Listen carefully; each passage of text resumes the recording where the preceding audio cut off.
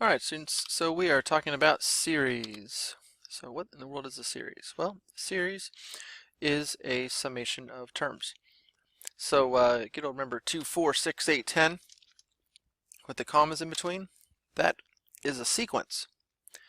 If you have 2 plus 4 plus 6 plus 8 plus 10, now you're looking at a series, or a sum if you want to think about it that. Alright, so sometimes we'll write that as capital S there, the sum or the series. And then we'll normally put here like a number indicating how many terms there are, like so the sum of these 5 terms, or these first 5 terms. All right. You can have arithmetic series, you can have geometric series, and that's basically just an arithmetic series is where you're going to have a common difference between terms, just like in arithmetic sequences. And a geometric series is where you're going to have a common ratio, some sort of common multiplier between the terms. So here's some notation. You may have seen this before. So S sub 5, adding up those first 5 terms, we could write this like this. So this is a Greek capital sigma, and beneath it we'll write I equals 1, and above it we will write 5, and then we'll write 2I. So kind of write a formula over here. So let's go through. Like, what does this I mean? Well, that's a counter. That's our counter variable. This 1 is our initial counter value. The 5 up there is our final counter value. And like I said, this is sigma. You could read it as summation. You could just say sum, the sum of 2I for I equals 1 to 5. All right, so what we're going to do is we're going to go through here kind of almost like a table. We're going to have an I value equal to 1 and then plug it into this formula. Then we're going to have I equal 2, plug into this formula. I equals 3, I equals 4, I equals 5. That's when we stop. And each time we'll plug I into this formula right here. And then we're going to add up all those terms. So I equals 1, we're going to plug that in 2 times I, so 2 times 1. Plus, when I equals 2, we have 2 times 2. Plus, when I equals 3, that's 2 times 3. I equals 4 plus 2 times 4, and then I equals 5, 2 times 5. So rather than writing this out in this huge long expression, and they can get very long, mathematicians, we like shortcuts, we like new notations, and we like Greek letters. So there you go. Of course, then if you simplify that, that's 2 plus 4 plus 6 plus 8 plus 10. Seems a lot easier if I just written that in the first place, but we're going to get used to this notation up here. All right. So first, this is a historical example. There's a mathematician, I want to say it was Gauss, G-A-U-S-S. He walked into his math, he was a student who walked into a classroom, and his teacher said, add up the first 100 terms, and everybody was having to do that sort of as a warm-up, so to speak. And he comes back within, like just less than a minute or so, and he's got the answer: 1 plus 2 plus 3 plus 4 plus 5. He did all that whole entire sum from 1 all the way up to 100. And the teacher was really surprised how he did that, and this is how he did it. So let's say we want to find the sum of the first 100 terms in this series here. So 1 plus 2 plus 3 all the way up to 98, 99, 100. Okay? So that's just kind of like give us an idea of what we're doing here. So right down here, I'm going to show you the work. So first I'm going to almost rewrite that whole, what I had up there. But I'm going to have the first 3 terms listed, skip over all the middle stuff, and then the last 3 terms, 98, 99, 100. And I'm going to say that's going to be equal to my answer, whatever that happens to be. And then, just for fun, beneath that, I'm going to write that same series, but in reverse order. 100 plus 99 plus 98 plus, then skip all the middle stuff, 3 plus 2 plus 1, sort of lining those up. And of course, it doesn't matter what the order is that you add things up. That's still going to give you the same answer. Now it becomes interesting is when I add these 2 series up vertically. So the 1 plus 100 is 101. The 2 plus the 99, also 101.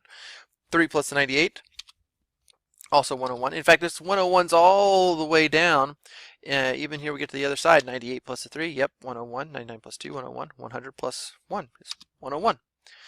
And answer plus answer, 2 times the answer. So, if we kind of think about this, how many of these 101s do we have? Well, from 1 up to 100, so we have 100 of them. There's 100 terms. So we have 101 plus 101 plus a 101 plus 101, so 101 100 times added together. So, of course, you know that's multiply. 101 times 100 is going to be 2 times the answer.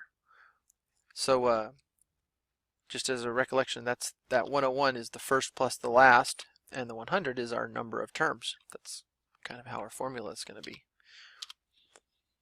So if you actually do the math, 101 times 100 divided by 2, turns out that it's 50-50, 5,050. That's the answer. That's what Gauss found, and that's pretty neat. Maybe a little bit shorter example that we'll be able to also appreciate. Our good old 2 plus 4 plus 6 plus 8 plus 10. We'll say that's equal to our answer. Oh, S sub 5. Okay, yeah, even better. So 10 plus 8 plus 6 plus 4 plus 2 is also S5. So 12, 12, 12, 12, 12 is 2 times the sum. Of course, we notice that we have 5 terms there. So 5 12s. So 12 times 5 is 2 times the sum there. So 60 equals 2 times the sum. So 30.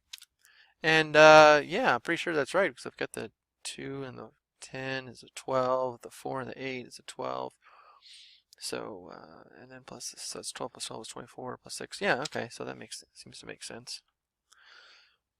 So this leads us, we've seen it twice, we're pretty satisfied here.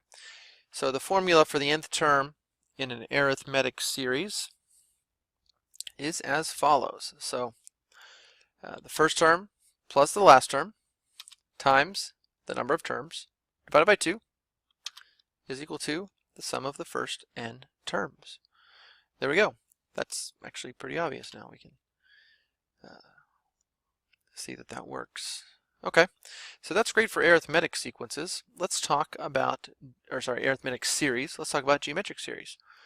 So I'm going to do one that's multiplying. We've got 3 plus 9 plus 27 plus 81. And that's sort of, I should have drawn a little squiggly there. So that's an example of a geometric series where each term is being multiplied, in this case by 3, which also happens to be the first term. So that's not maybe the best example, but we'll go ahead and solve this one symbolically. So the sum of the first n terms is equal to the first term plus the second term plus the third term, so on and so forth. So the first term is just a sub 1. If you remember, a geometric series is going to have the next term equal to that term times r. So this is a1 times r. Then we have a1 times r squared. Then a1 times r cubed, all the way up to the last term here, which is a1 times r to the n minus 1.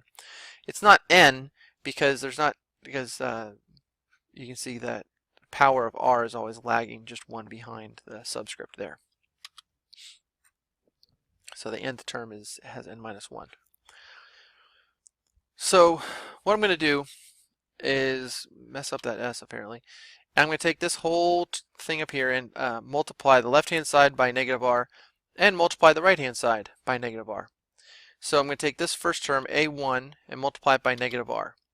And then instead of writing it directly beneath the a1, I'm going to write it directly beneath this one. So it's negative a1 times r. And then I'm going to take this term right here, a1 times r, and multiply that by negative r. And I'm going to get negative a1 times r squared.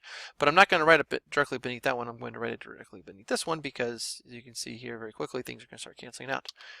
And then multiply this term over here by negative r, and I get negative a1 r cubed. And it's going to continue all the way until when I take the term right before this guy, kicks over to the right here, so I have a1 times r to the n minus 1. And then this term right here, when I multiply it by negative r, becomes negative a1 r to the n, because r to the n minus 1 times r is going to just be r to the n. And then just like before with my arithmetic series, I'm going to add these up. So I have Sn minus r times Sn equals A1 is good, but then all these other guys get canceled out. See, because they're adding their opposites there. So the only other term that's left here is the minus A1 r to the n. If you look on the left-hand side, we can factor out an S sub n, and I have a 1 minus r left over. On the right-hand side, I can factor out an A1. I can have a 1 minus r to the n remaining. So the sum of the first n terms is equal to A1 times 1 minus r to the n, all divided by 1 minus r. And that's a great formula. That is the formula for the sum of the first n terms in a geometric series. And I'll go ahead and write that down. Sum of n terms in a geometric series. The first n terms, actually. All right. Last thing here, formula-wise. It is a thing to talk about infinite geometric series. For instance, here we've got 1 4 plus 2 plus 1 half plus 1 fourth plus 1 eighth plus 1 16th. So something where those terms are getting smaller, we've got r is equal to 1 half. We could also look at the geometric series 4 plus 8 plus 16 plus 32 plus 64, so on and so forth, where our multiplier is 2. You see those are two very different types of situations. One in which the terms are getting smaller, one in which the terms are getting larger. And there's a whole lot more we can say about this right now, but we can say that this summation converges, and there's some different arguments and stuff like that. And if you end up taking calculus, you can study all about series, and it's really fun. But for right now, just you can take our word for it that this not only do these numbers get smaller, but the summation gets smaller. The sum does. This one we can clearly see it's going to diverge. It's going to get larger and larger and larger, both the terms and the sums. So here's the rule. Once again, kind of take our word for it here.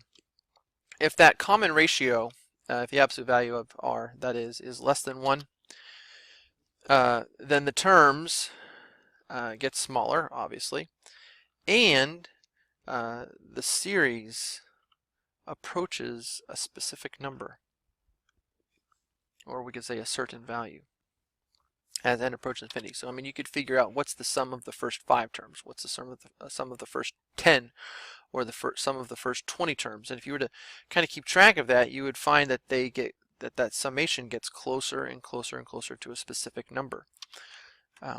And that we can write that as S infinity, the sum of the first infinite terms, or we just write S equals, and the formula is the first term, a sub 1, I forgot to put the 1 right there, over 1 minus the common ratio, 1 minus r.